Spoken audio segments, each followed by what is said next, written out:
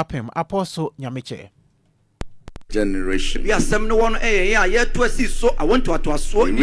need to build the church of God to reflect the image of Jesus Christ. Then there must be great investment. I mean, the first church is your body, your spiritual life. The second one I'm talking about is the church of God, the community of believers.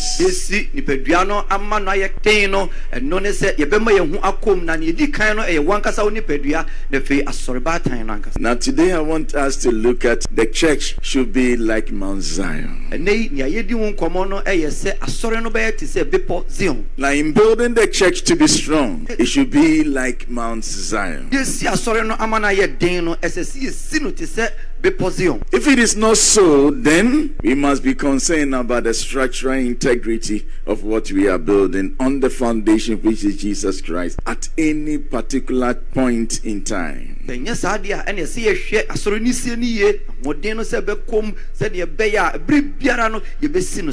Isaiah chapter 2 verse 1 to 4.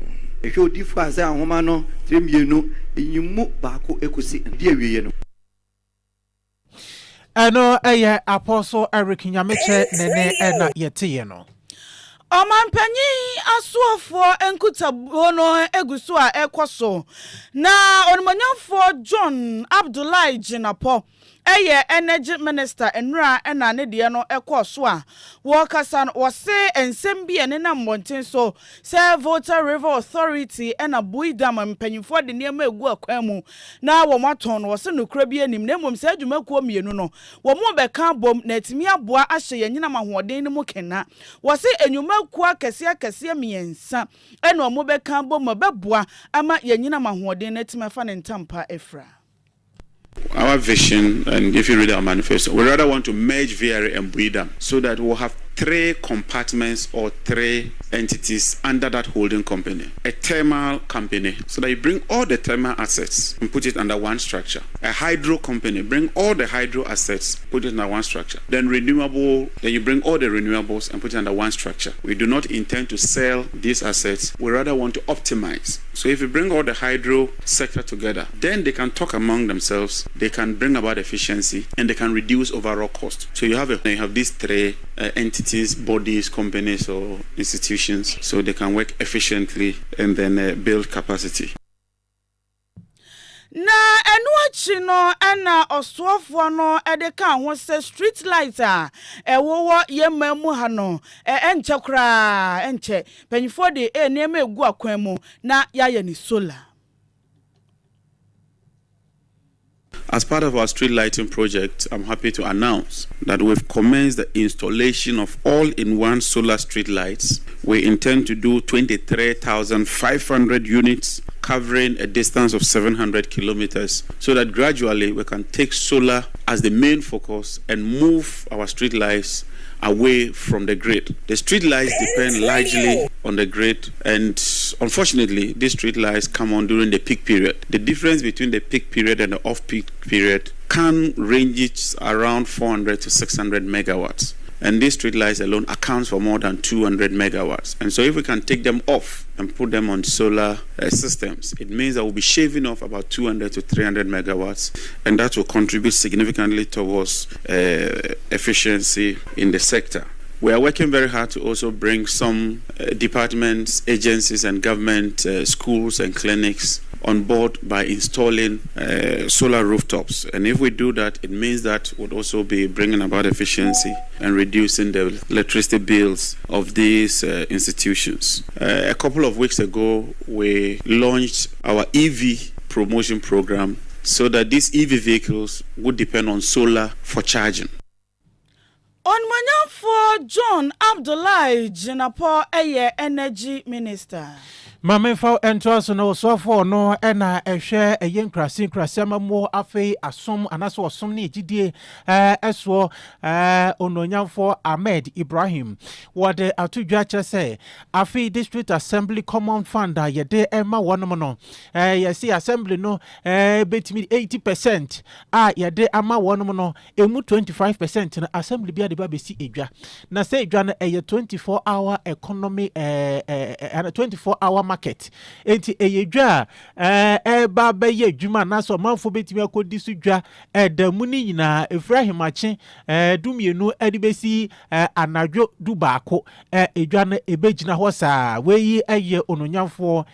Ahmed Ibrahim. Government of the President of the Republic is doing a recent agenda where he has directed from cabinet that we must send 80% of DACF to all metropolitan municipal and district assemblies. Based on that, the monies they used to get in a year, they are getting it in the quarter. And there are clear guidelines where we are going to champion the 24-hour economy market. Every ministry is taking part of it, but we are implementing it at the sub-district level. So because of that, we have chosen 24-hour economy market, where 25% of the 80% being given to them is going to be used on that. And you have to build a market that can operate 24/7. So when we come to a university like this, we can cite 1 year. It will have a pharmacy, it will have a police station, fire station, a banking hall, all the facilities will be there where it can operate 24/7. And that's what we call the 24-hour economy. Ye bebie no donhre aduonu enan damu ni nyina ye ba besidwa. Adwa so beko kodi dwa ahemache. Ahomachi dwa. Ebia o na onko bi beko. Me de me nkomo. Etimi dwa. Nkrofo timi wo fufu ahemache. Bibia ho no bi. Ahomachi nam de me nto. Adwa de so on to ahemache nam obi beto ahemache nam. Adwa yenko. Yes, once na so mamo na enra na abai 1 cedi levia wade ato fango boso no ehya ase na enra da na ehya ase no na oil marketing companies bi so fa bronya ho we crackers ene omoto tototo omo fango ni mu na nsemtwofo abo apritwotwofo ema chamber of petroleum consumers orada nkana mo a ebisa ne sese yi eba ne sei ena wo motototo wo mufu emu no se ni nyina eye 1 cedi levy no ama nanka de ekire window we aye wo mu ne petrol bo esi form $24 a metric ton be 2 or 3% nka petrol ebesi form diesel ekosoro almost the same margin nti eno so be 2 or 3% ka diesel be kosoro LPG nso si form be 1% plus or minus enka sa window we ka yebenya the friend is there cross pricing because petrol esi form diesel kosoro no normally so mo person mo be how systems na they just leave the two as they are because oton petrol no be ejina na obenya kakra wo so obeboka wo diesel no but obewie na a net of na me beto 10 liters na o ma me 8 liters 9 liters o ha me menka d levy na aba 1 cedi no but the ne wo hodada no kra no eto ni bi dada so a unyenya mfaso obia wo so nso yetua ba ko your friend is a UPPF Unified Petroleum Price Fund ye de tua transporters a omotwe petrol across Ghana ye de tua omoka Orada nkana mo a eye executive secretary Emma Chamber of Petroleum Consumers na dom kuma ewo mrahye bedwam enso ede wo man no ato sansem na so ye hunu ye kan yo ase oman we aban we wo kan asem a wonte ye ka se sa 1 cedi levy ye wo mudi ben ede wo how pa ni wo ye ne bebre Ghana for na enso eje omabubu nu egu omasum nti wo mante na de ye boo ena omotoma yen. So I think the first thing to note today is that the warnings that we gave from the minority caucus have today, unfortunately, seen the light of day. We warned that, contrary to the government claim that this levy, this D levy, will not increase fuel prices, it will increase fuel prices by 8% from day one. You remember the government went on and on and on. My brother John Jinapo was talking about the fact that it only takes an innovative government, a smart government to be able to introduce a levy and prices will not go up. The cat is out of the bag. Today, it's gone up by an average about 8%. We have said as a minority caucus, and we've finished the analysis, levies on fuel aimed at recovering some sort of debt since when they were first introduced have outlived their usefulness in many instances. And we urged the government, when it first halted this, to use it as an opportunity to reconsider all of these levies.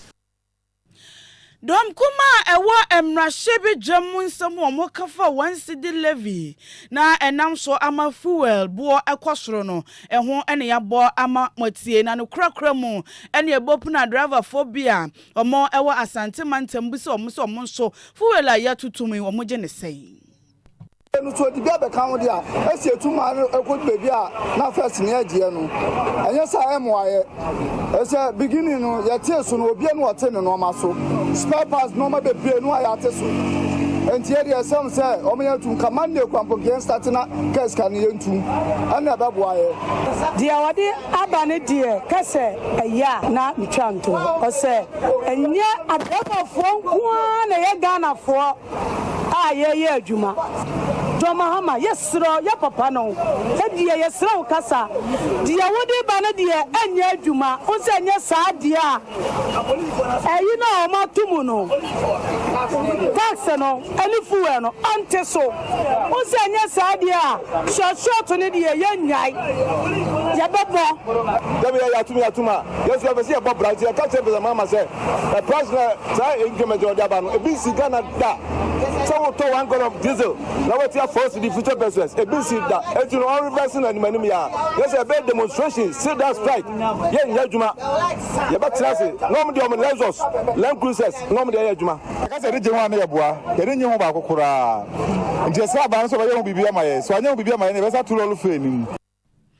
Adriver phobia was antimantem no. You say abayin ready. Mampanyin kwa na wonko. Ombesa to say when you ombe to lo film. Mampanyin kwa na wonko. Adwa member bia metem me nyama nya se me nyama nyu mo BBC a ye timi e di bibi gunsen ye ni e calculate say abai bai fa ngone bon eswate ahe ena ahe ena babeka ho wo hwe de abeka wo ne hwe de ate ena ye ka se monte lo first adwa asantimante mo lo fe ne ye se ntso nye 15% o moti so o ma ante so 15% ebi mu kra de o moti ye no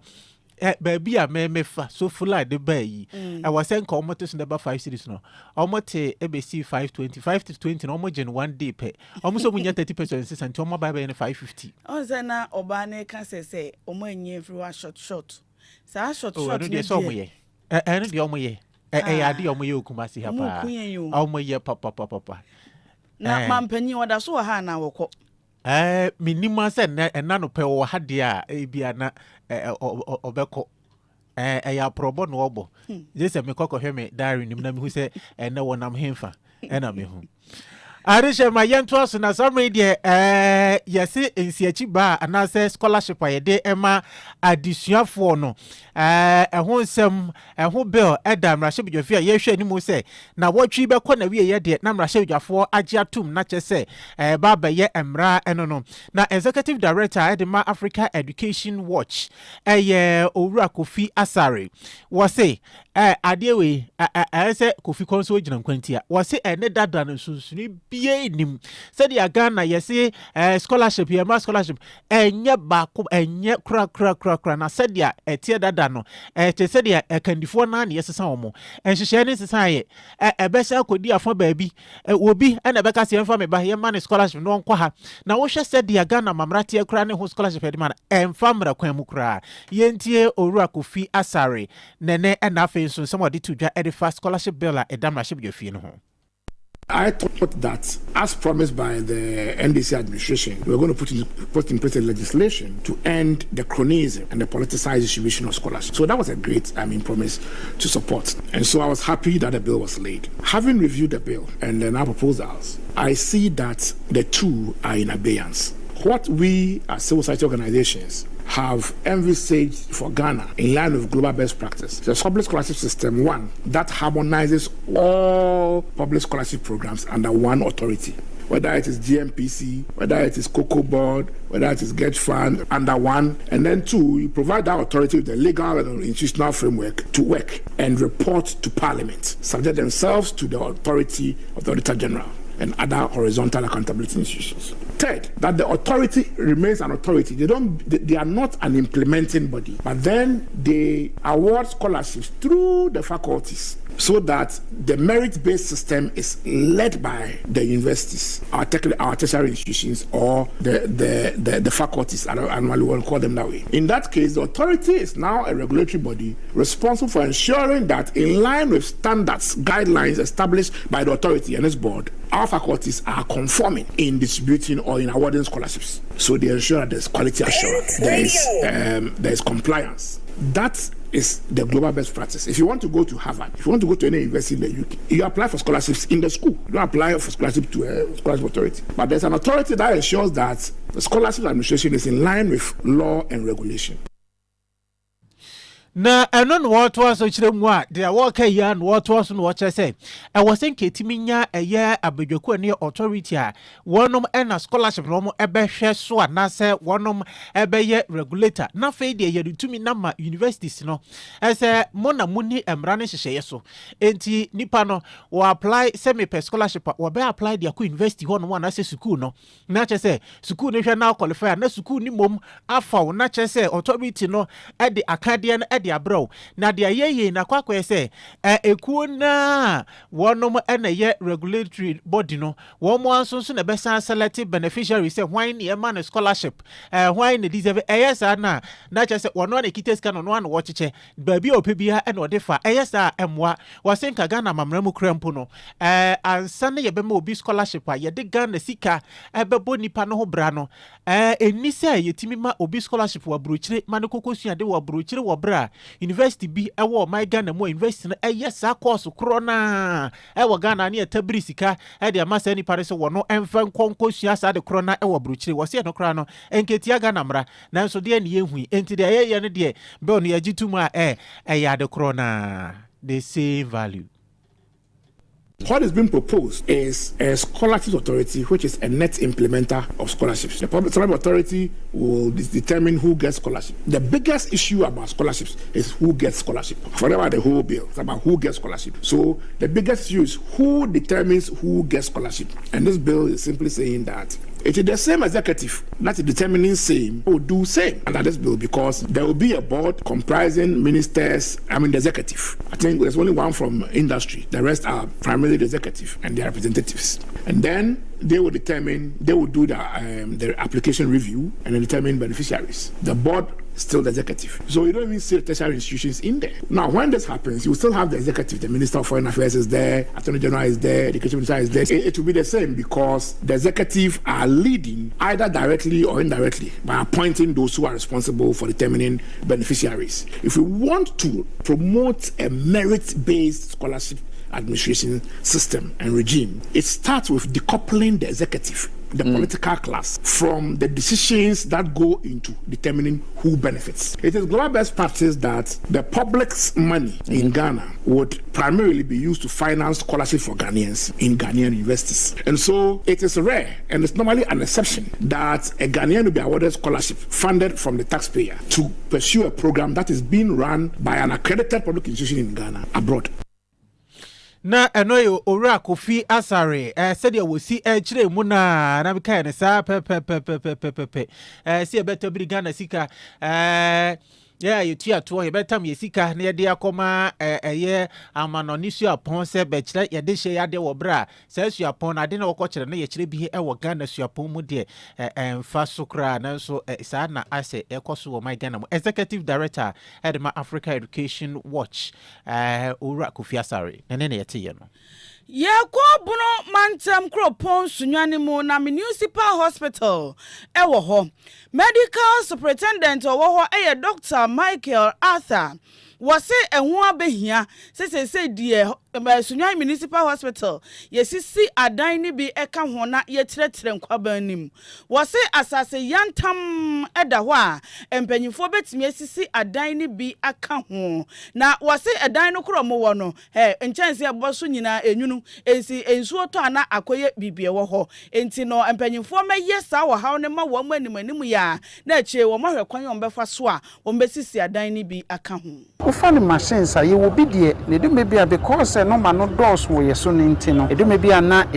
time almost in Ghana population and do say na so nyane population do say by then population na akoso ama pressure wo ye bibia so municipal hospital machine say dey adwuma pressure wo so wo theater pressure wo ho what na ya kwam say ye kwa emergency phone say ho na ye den ayema nti we hia say municipal hospital say ye den ye bie mu na ama amamfo ni population na enyi no omo nyina so be mo benya ayare sapapa say omo beku na emergency ho mc ye ko na ye ma onabo sa assembly betumi na motuma si dan kakra man na mabie maman a ebeboa yen hospital ne de ohwe a yentumi ngringu because municipal dey nipa more than 1000 euro happy nti wontumi nka se obu dan o municipal nyina egu na mu nyanya ne se ye bomoden na ye dan ye speak hospital foforo sisi ana ha no eye more or less a regional hospital because the former regional hospital na be teaching hospital by infrastructure na no be assessment omo hwe dan ye wo and ye doctors do a ye wo no yendu yentumi nya regional hospital inti gisi enya saa na manansa na regional hospital no so atuma ye den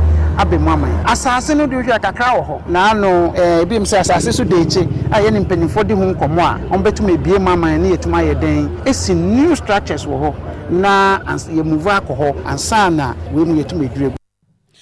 na enu no na Dr. Michael Ata edeka we se niema wo mo de sayade no wo mu obi nenso nurse wo hwese de nipa esi bufa so e wo hospital ho na ama ayaresa no kra no etwentwan ne nan ase enti aban mram wono mo nsem wo bi nso emram ufani machines aye wo bi de ne dume bia because no ma no doors wo ye so nti no edume bia na ebi mu so aye den aye din amaye kakra ne edi kan ye wo 40 theaters gan ne de bia ye gi ma wo ye baako e na bia ye general operation so ye hono miensa wo ho na ye machine bia fa na anesthesia machine onu na ye operation ye ne wo to so na woda na machine no ahomi ahomi nyina machine no ahomi ama na ye tuma ye operation no emse baako na wo ho no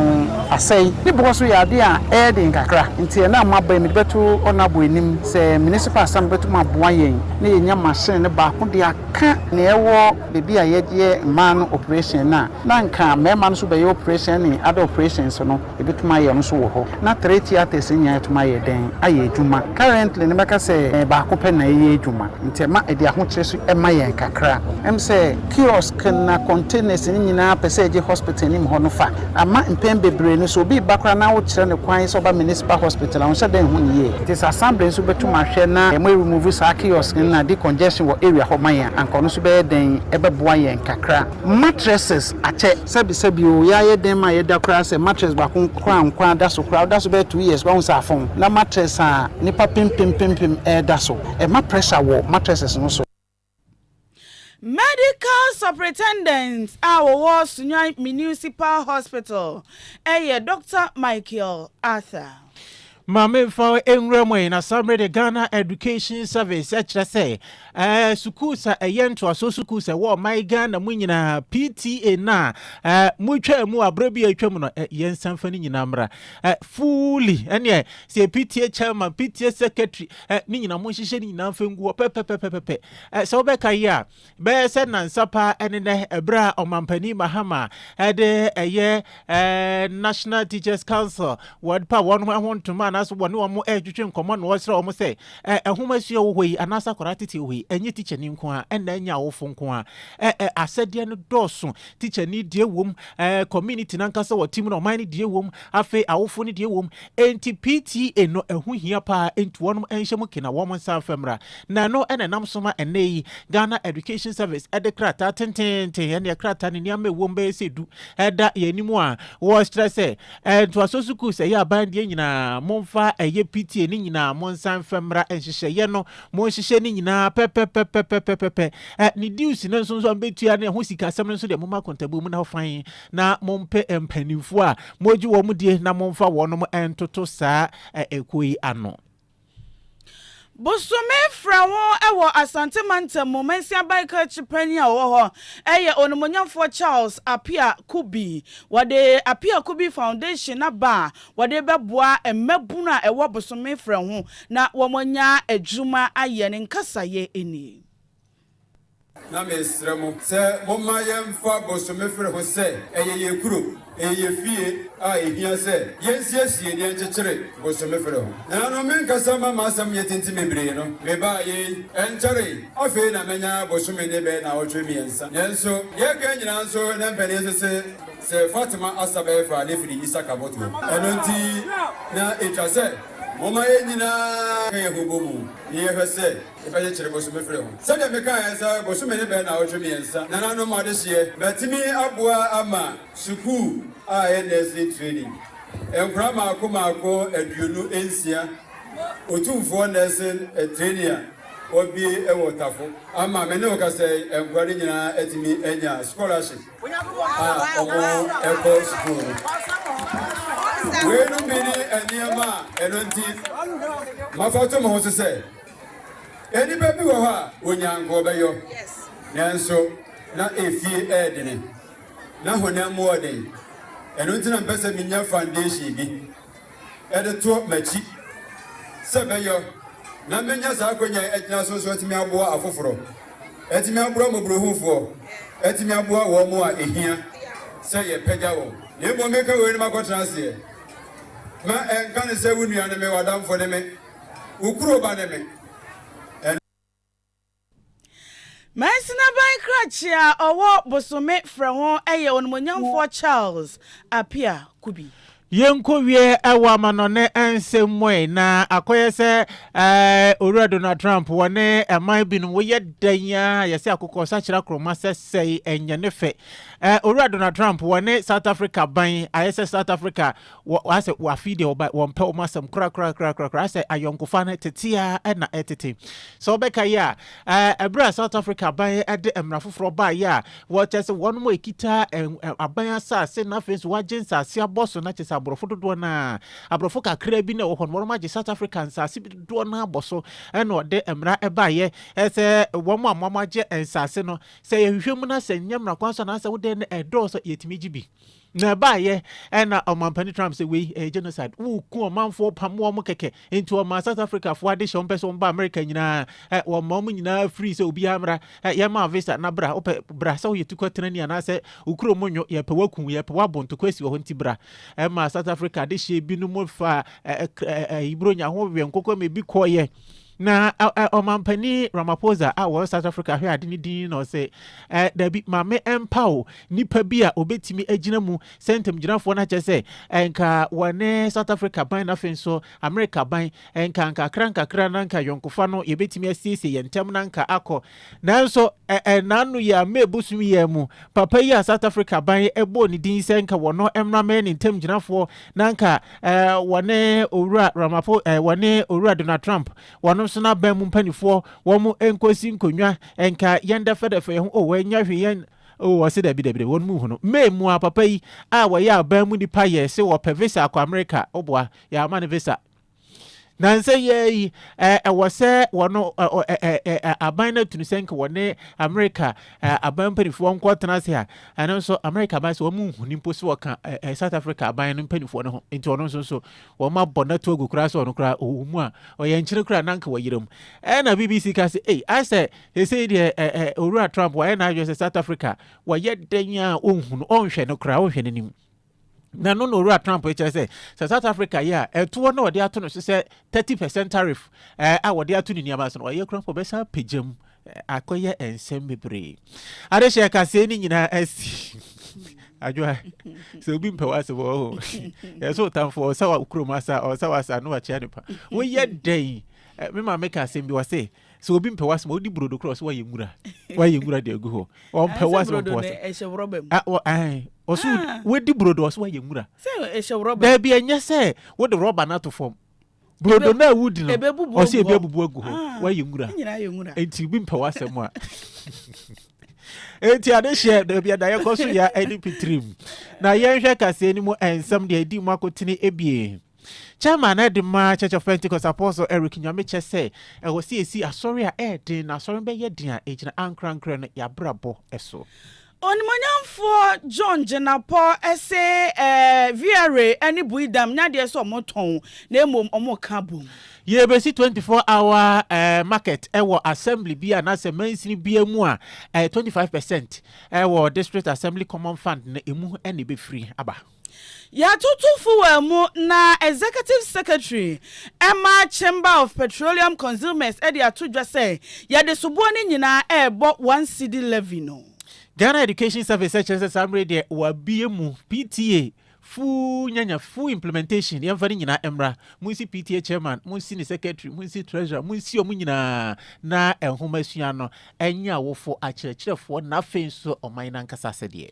ensamfo frona p eka we ho ena yade so mo se awia premto breka se wo Pent Radio 100.1 seke okay streaming live on Facebook at the MIA Sanso no Henry Spices ni Henry on dairy powdered milk efa kase ho kan nyina mesi ene